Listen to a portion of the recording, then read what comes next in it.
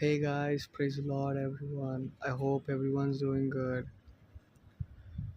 Let us discuss the verse from Proverbs 24, verse 16.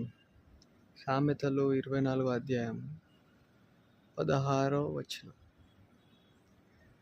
The righteous man falls 7 times but stands up the eighth. Wicked shall be faint, but the wicked shall be faint. మంతులు 7 మార్లు పడినను తిరిగి లేతురు, కానీ భక్తిహీనులు కూలుదురు. So మనం పడిపోయిన పరిస్థితిలో ఉన్నామా, తిరిగి నుంచుంటున్నామా, పడిపోయినాం కదా ఇంకా అంతేలే అని అక్కడే ఒక పిట్ ఆఫ్ మిజరీ అనేది మన మైండ్లో క్రియేట్ చేసుకొని ఉండిపోతుంది. అవి స్టాండింగ్ అప్, అవి గెటింగ్ అప్, ఆర్ అవి creating a pit of misery in our mind and staying down there అనేది మనం గ్రహించుకోవాలి. సో దేవుడు ఏమని సెలవిస్తున్నాడు సామెతల గ్రంథంలో, నీతిమంతుడు 7 మార్లు పడినను తిరిగి మళ్ళీ లేచును, కానీ భక్తిహీనులు కూలుదురు. మనం భక్తిహీనులమా? అవి వికెడ్. ఇప్పుడు మనం కూలిపోయిన పరిస్థితుల్లో మనము నేను పాపిని, నేను తప్పు చేసినాను, I cannot worship God, I cannot thank God, I cannot go to church, I cannot be in a place where the holy people be in the church అని ఆ థాట్స్ ఏవైతే క్రియేట్ అవుతున్నాయో మన మైండ్లో, అవన్నీ మీవి కాదు, మనవి కాదు, నావి కాదు. మన మైండ్లో ఆ థాట్స్ తీసుకొచ్చేది evil spirit, Satan, devil spirit మన లోపల అటువంటి థాట్స్ తీసుకొస్తుంది.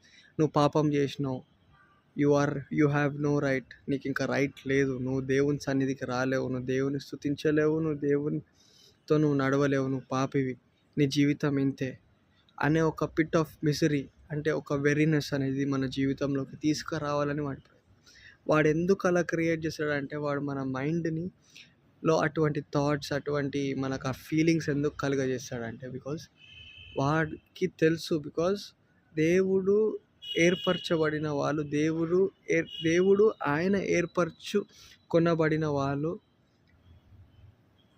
తిరిగి మళ్ళా లేచి నుంచుంటారు, మళ్ళీ ముందుకు సాగుతారని వాడికి తెలుసు. సో మనకంటే బైబిల్ వాడికే ఎక్కువ తెలుసు, మనకంటే వాక్యం వాడికే ఎక్కువ తెలుసు. సో వాడు మనలని లేవనివ్వకుండా, మనలని ఆ పిట్ ఆఫ్ మిజరీ అక్కడే ఒక చిన్న మిస్టేక్ దగ్గర స్టక్ అయిపోయేటట్టు క్రియేట్ చేస్తాడు వాడు. Because of he doesn't want us to get up and move forward with God.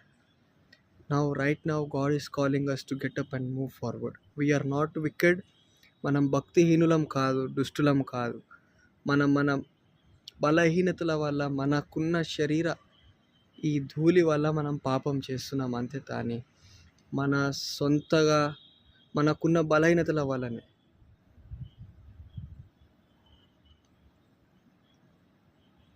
So right now God is calling us to rise up and move forward because we are righteous, not because of our works, మన works వల్ల కాదు, దేవుని grace ద్వారా. For in 2 Corinthians 12:9 it says, my grace is sufficient for you. నా కృప నీకు చాలును, బలహీనత యందు నా బలము నిన్ను పరిపూర్ణులుగా నిలుపును అని దేవుడు మనకి వాక్యంలో సెలవిస్తున్నాడు. So it is by his grace, it is by his love. దేవుడు ఆయన ప్రేమను క్రీస్తు యేసు ద్వారా సిలువ పైన మనకు చూపించాడు. ఆయన మన కోసం పుట్టి, పెరిగి, మరణించి, తిరిగి లేచి మళ్ళీ రాబోతున్న దేవుడు. And we are at the end times. ఇప్పుడు దేవుడు మనకు ఒక్కటే అంటున్నాడు, నువ్వు నీతిమంతుడిగా లేచి 7 మార్లు పడినను నువ్వు 8వ సారి నువ్వు లేచి ముందుకి నడువు, నేను నడిపిస్తాను. Because I have made you righteous. For we are made in his own image, for we are made in his likeness. ఆయనకి ఇష్టలుగా మనల్ని మార్చినాడు. So we are righteous because of Jesus Christ.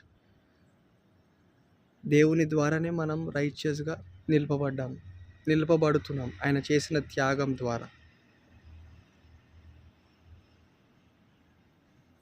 So let us change our mind and our way of living in a pit of misery to a winning life, which is God is calling us to. దేవుడు మనకేదైతే విజయం కలిగిన జీవితానికి ఏదైతే పిలుస్తున్నాడో ఆ జీవితాన్ని మనం అంగీకరించి, ఆ పిలుపుని మనం అంగీకరించి ముందుకు సాగుదాం. Praise God. Thank you all.